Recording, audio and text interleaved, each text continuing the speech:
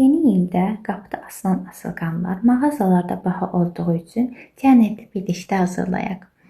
Deməli, bizə lazımdır 2 ədəd asılqan. Mən 2 ədəd etdiyim üçün, həm də sizə göstərəcəyim üçün paltar asılqanı və zər, kəpənəkdən istifadə edəcəm. Onu da qeyd edim ki, siz hər hansısa bir iqruşka və yaxud da ki, hər hansısa bir işıq əlavə edə bilərsiniz.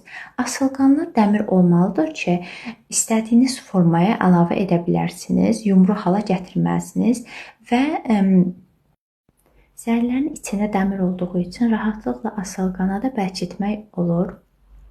Bu zərlərə kəpənəyə 500 rubl xərclədim.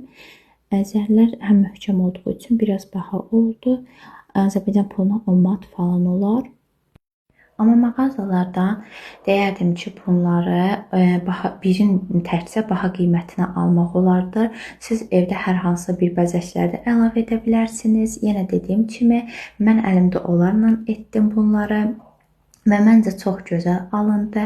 Belə videoların davamını gəlməsi üçün istəyirsinizsə, səhifəmə abunə olub, like edib, yorum yazmayı unutmayaq dostlar. Ümidvaram ki, bu bəzəkləri bəyəndiniz.